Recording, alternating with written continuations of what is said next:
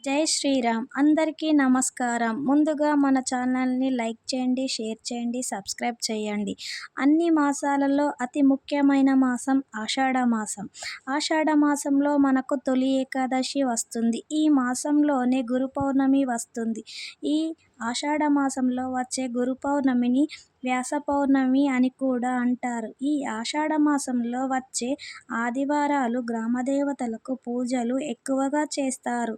ఆషాఢ మాసంలో గ్రామదేవతలకు పూజలు చేయడం వలన మనకు మన గ్రామానికి మంచి జరుగుతుందని చెప్పొచ్చు. మన గ్రామం నుండి బయటకు వెళ్ళేటప్పుడు మన గ్రామదేవతలకు దండం పెట్టుకొని వెళ్ళాలి. ఈ ఆషాఢ మాసాన్ని శూన్యమాసం అని అంటారు. ఈ మాసంలో ఎలాంటి శుభకార్యాలు జరుపుకోకూడదు. ఈ ఆషాఢ మాసంలో గ్రామదేవతలకి బోనాలు సమర్పించడం వలన మీకు, మీ కుటుంబానికే కాదు మీ గ్రామానికి కూడా శుభం జరుగుతుంది.